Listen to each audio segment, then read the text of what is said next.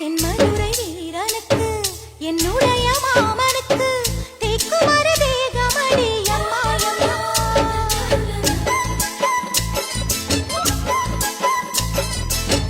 மாமன் பெற்ற பெண்ணுனக்கு மையெழுதும் கண் எதுக்கு என்னை வந்து கொல்லுதடி அம்மா அம்மா.